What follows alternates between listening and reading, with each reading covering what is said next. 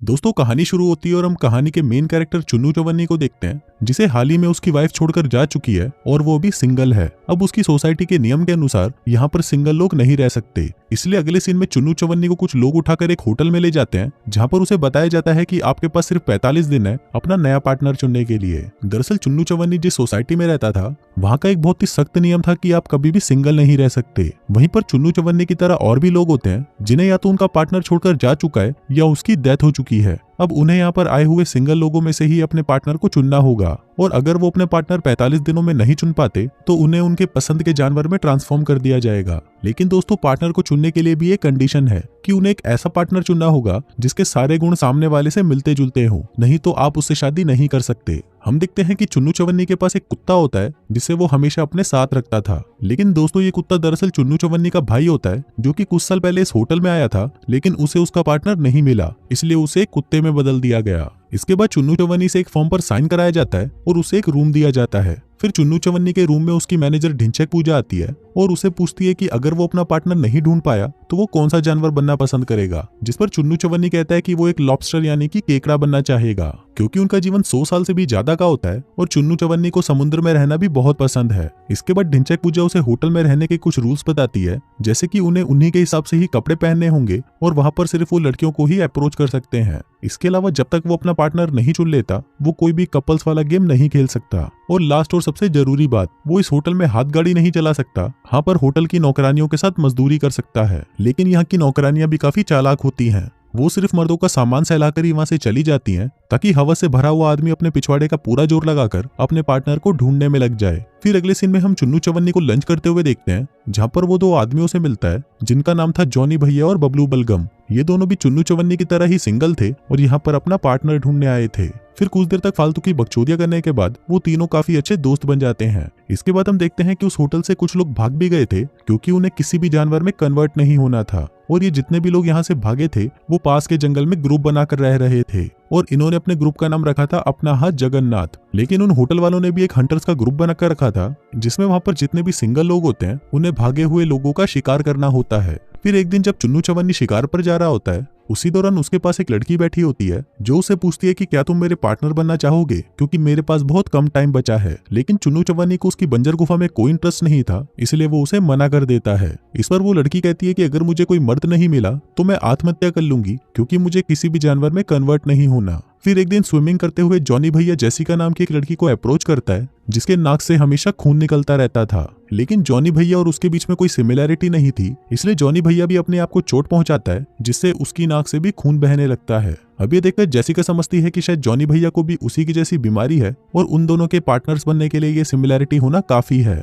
इसलिए वो दोनों आपस में शादी कर लेते हैं। जिसके बाद जॉनी भैया या तो खुद को चोट पहुंचाने लगा या फिर अपनी शर्ट पर केचप या लाल रंग डालने लगा ताकि उसके पार्टनर को लगे कि उसकी नाक से खून निकल रहा है। अब ऐसे ही काफी दिन बीत जाते हैं, लेकिन चुन्नू चवन्नी को उसके जैसा पार्टनर नहीं मिलता। फिर एक दिन उसकी मुलाकात अंजलि अरोड़ा नाम की एक टिकटॉकर से होती है जो कि बिल्कुल ही इमोशनलेस लड़की थी। मतलब अगर उसके सामने भाई किसी के ऊपर अपनी कार भी चढ़ा दे तो उससे कोई फर्क नहीं पड़ता। अब ये देखकर चुन्नू चवन्नी को एक आइडिया आता है और वो सोचता है कि इमोशनलेस होने का नाटक करना तो बहुत आसान है और ऐसे में उसे एक पार्टनर भी मिल जाएगा। फिर हम देखते हैं कि उस बस वाली लड़की को 45 दिन पूरे हो जाते हैं और जैसा कि उसने कहा था वो होटल से नीचे कूदकर अपनी जान दे देती है। अब उसके ही ठीक सामने अंजलि अरोड़ा भी बैठकर कॉफी पी रही थी, लेकिन उसे ये देखकर बिल्कुल भी फर्क नहीं पड़ता। तभी चुन्नू चवन्नी उसके पास आता है और उसी की तरह बिहेव करते हुए कहता है कि अच्छा हुआ मर गई बहन की।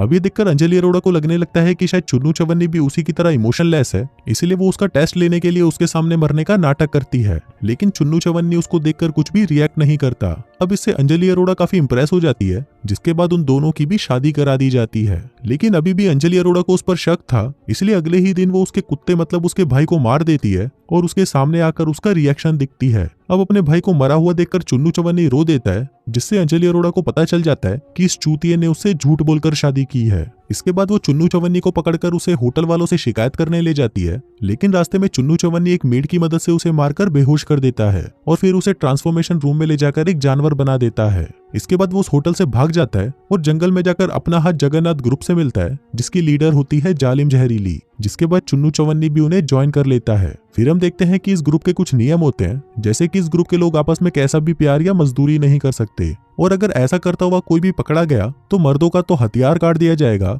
और औरतों के जंगल में आग लगा दी जाएगी।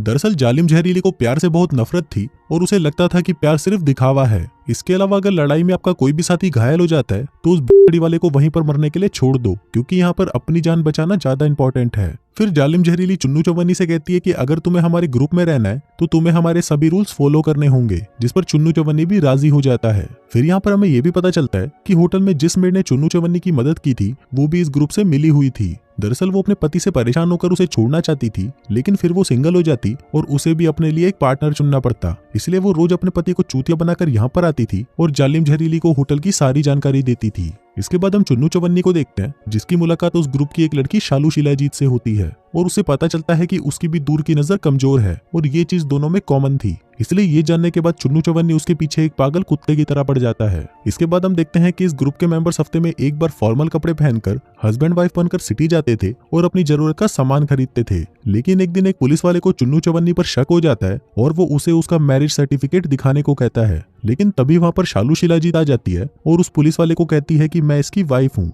अब वो पुलिस वाला उसकी बात मान जाता है, जिससे चुन्नू चवन्नी बाल बाल बचता है। फिर रात को ये सभी लोग होटल पर अटैक करते हैं, जिसमें वो मेड भी इनकी हेल्प करती है। जिसके बाद वो सबसे पहले होटल की मैनेजर ढिंचैक पूजा को पकड़ते हैं। वो उसके हस्बैंड को गन पॉइंट पर रखकर उसे ढिंचैक पूजा को शूट करने को कहते हैं और तभी अपनी जान बचाने के लिए वो चूतिया अपनी वाइफ को शूट भी कर देता है। लेकिन वो गन खाली थी, इसलिए ढिंचैक पूजा बच जाती है। दरअसल इन लोगों का मकसद उन्हें मारना नहीं था, बल्कि उन्हें ये सच दिखाना था कि उनके रिलेशनशिप कितने नकली हैं। जिसके बाद वो उन्हें उसी हालत में छोड़कर चले जाते हैं। फिर ढिंचैक पूजा खुद को आजाद करती है और अपने चूतिया हस्बैंड की गन फाड़ देती है। इसके बाद चुन्नू चवन्नी जॉनी भैया के पास जाता है और उसकी वाइफ को कहता है कि तुम्हारे पति को कोई बीमारी नहीं है, वो तो तुमसे शुरू से ही झूठ बोल रहा था।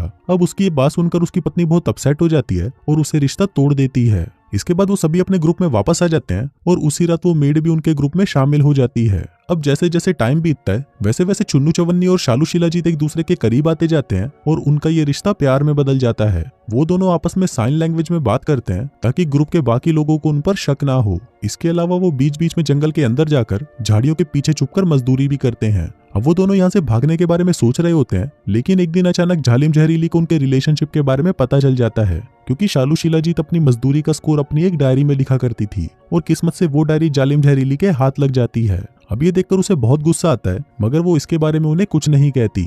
फिर एक दिन वो शालू शिलाजीत को डॉक्टर को दिखाने के बहाने हॉस्पिटल लेके जाती है और उसे कहती है कि इस ऑपरेशन के बाद उसकी आंखें ठीक हो जाएंगी और उसे सब कुछ 4K में दिखने लगेगा। लेकिन फिर वो भेड़ की घोड़ी डॉक्टर की मदद से उसे अंधी कर देती है ताकि फिर चुन्नू चवन्नी के साथ उसकी कोई भी सिमिलैरिटी ना रहे। फिर जब शालू शिलाजीत को इस बारे में पता चलता है तो वो बौखला जाती है और उसके ऊपर हमला कर देती है, लेकिन अंधी होने की वजह से वो जालिम जहरीली की जगह उस मेड को मार देती है। फिर जब चुन्नू चवन्नी को इस बारे में पता चलता है तो वो काफी उदास हो जाता है, क्योंकि वो दोनों यहाँ से भागकर सोसाइटी में एक नॉर्मल लाइफ जीना चाहते थे, लेकिन अब ये पॉसिबल नहीं क्योंकि अब उन दोनों में कोई सिमिलैरिटी नहीं है।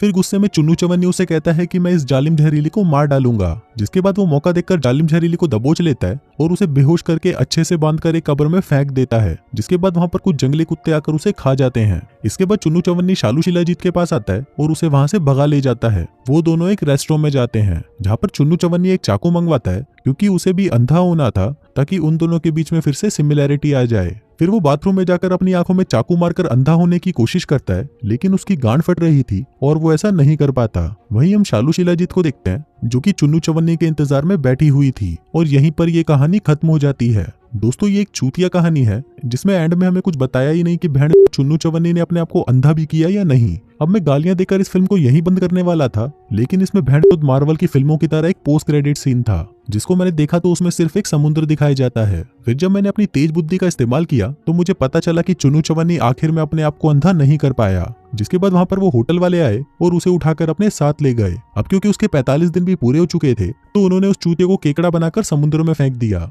दोस्तों मुझे भी पता है कि आपको ये फिल्म बिल्कुल भी पसंद नहीं आई होगी, लेकिन अगर आपको ये एक्सप्लेनेशन अच्छी लगी हो तो प्लीज इस वीडियो को लाइक कर देना, और अगर ऐसे ही और भी वीडियो देखना चाहते हो तो प्लीज इस चैनल को सब्सक्राइब भी कर देना। मैं मिलता हूँ आपसे अगले वीडियो में, तब तक के लिए बाय।